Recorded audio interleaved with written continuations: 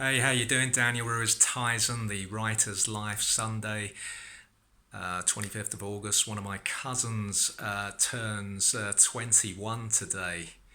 I think when he was about 13 or 14, he used to have a gaming channel on YouTube, which apparently had something like 400 subscribers. I can only dream of those figures, and I am a middle aged man.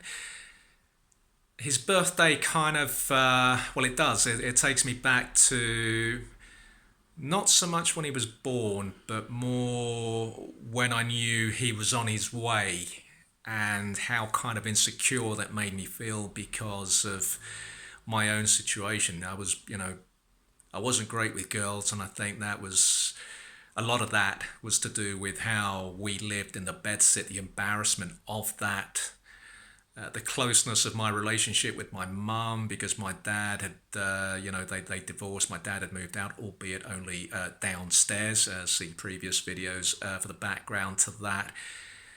And, you know, Mediterranean family, if you're kind of not settled down by like 22, everyone starts kind of whispering, you know, why is he not with someone?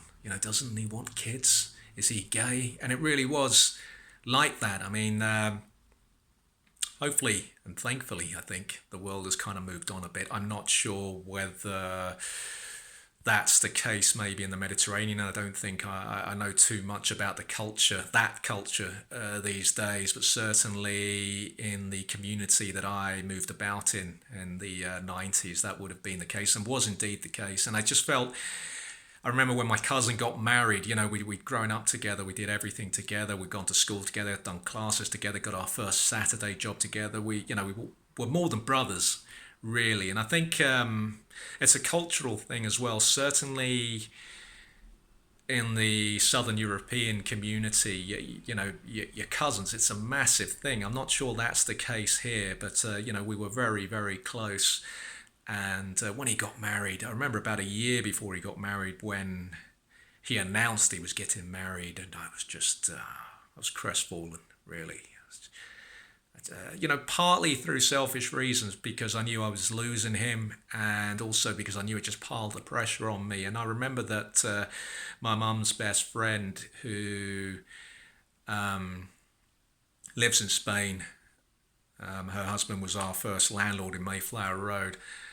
I remember that in the mid 90s when she came over from Spain, there was a photo taken at my cousin's wedding. I sat with my mum, I remember, who was wearing a really strange hat to that wedding that I pulled her up on.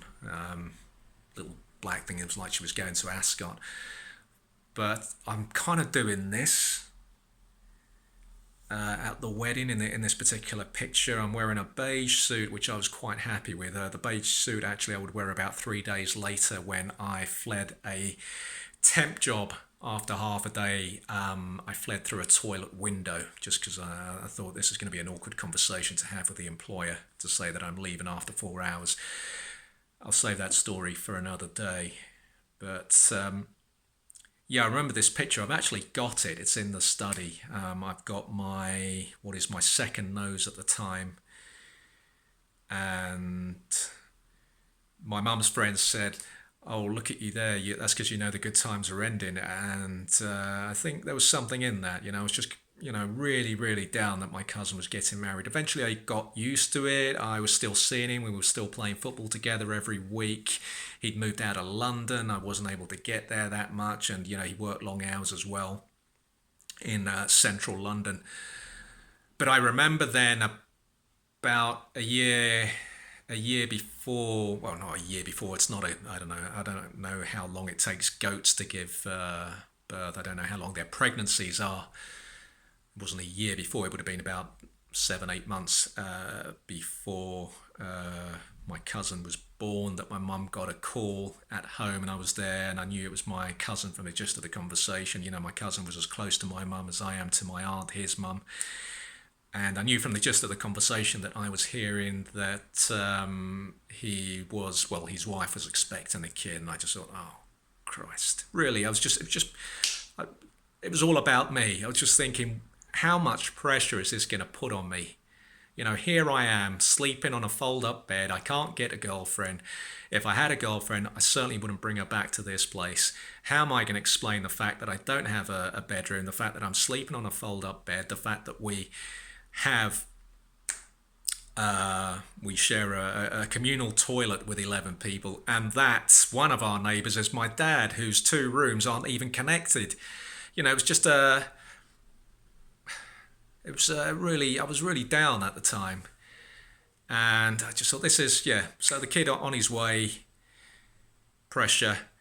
But I remember that by the time he was born in August '98, I had, I wouldn't say first serious girlfriend, but the first girl I was officially seeing, and the first girl I'd brought home. I don't think at that time that she'd run into my dad. That their first encounter, of course, was when she walked into my dad's room by mistake, and he was painting topless. Very unusual way to meet a prospective father-in-law. So by the time he came along, I was with this girl, and I think it was something of a honeymoon period. We were going away a lot. So it was about a month before I got around to seeing my cousin's kid. I think with me, there was still a bit of thinking, yeah, kind of don't make his arrival seem like a big deal. Just try and convey the impression that I'm really busy, that I've been too busy to go and see my cousin's first kid.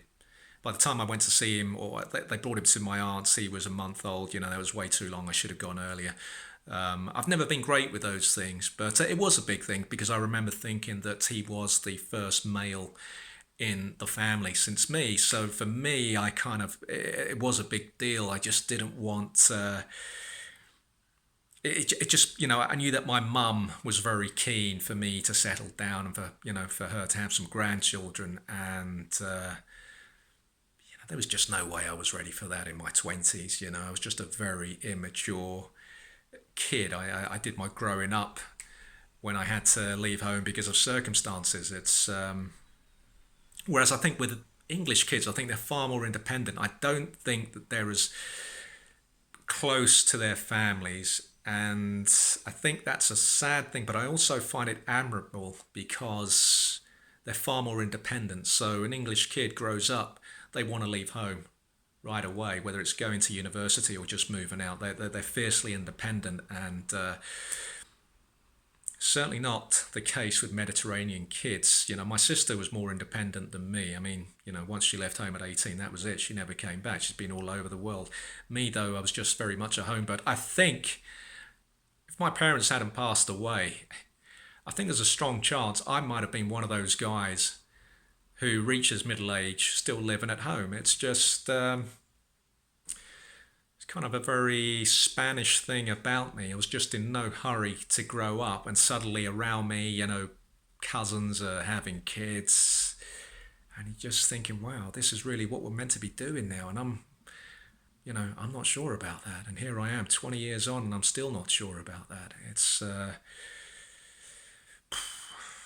time moves on, and of course it reminds me of the way things were in the late 90s at that time. My mum's final couple of years, my dad 3-4 years away from disappearing. My aunt and uncle were obviously, fit and healthy, and the family's kind of, got a few young kids now in the family, but the old guard are kind of on their way out, and it's kind of sad, really. And obviously that's something that we all have to deal with. The people that you've grown up with, that you've looked up to, they start getting frail and starting to rely on you more, and you've got to step up. And so I finally saw my cousin's kid when he was a month old. He's now back from uni. My goddaughter.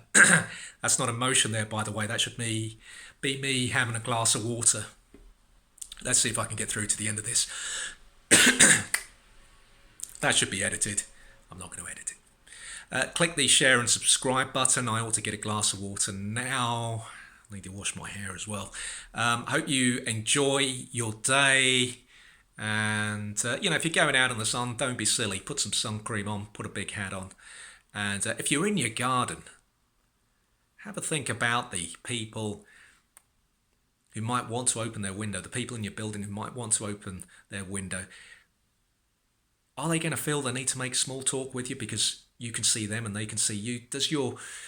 Do you need to be sitting in the spot of your garden where you are? Might you be able to find some sort of blind spot that keeps you out of sight from neighbours who need to open their windows, so you can enjoy yourself out there in the sun and they can air their room? Have a think about that. Enjoy your evening. Click the share and subscribe button. Let's get some growth here. Let's build these numbers. I think I've accrued 2 new subscribers in about 3 weeks. Enjoy your evening. Take care.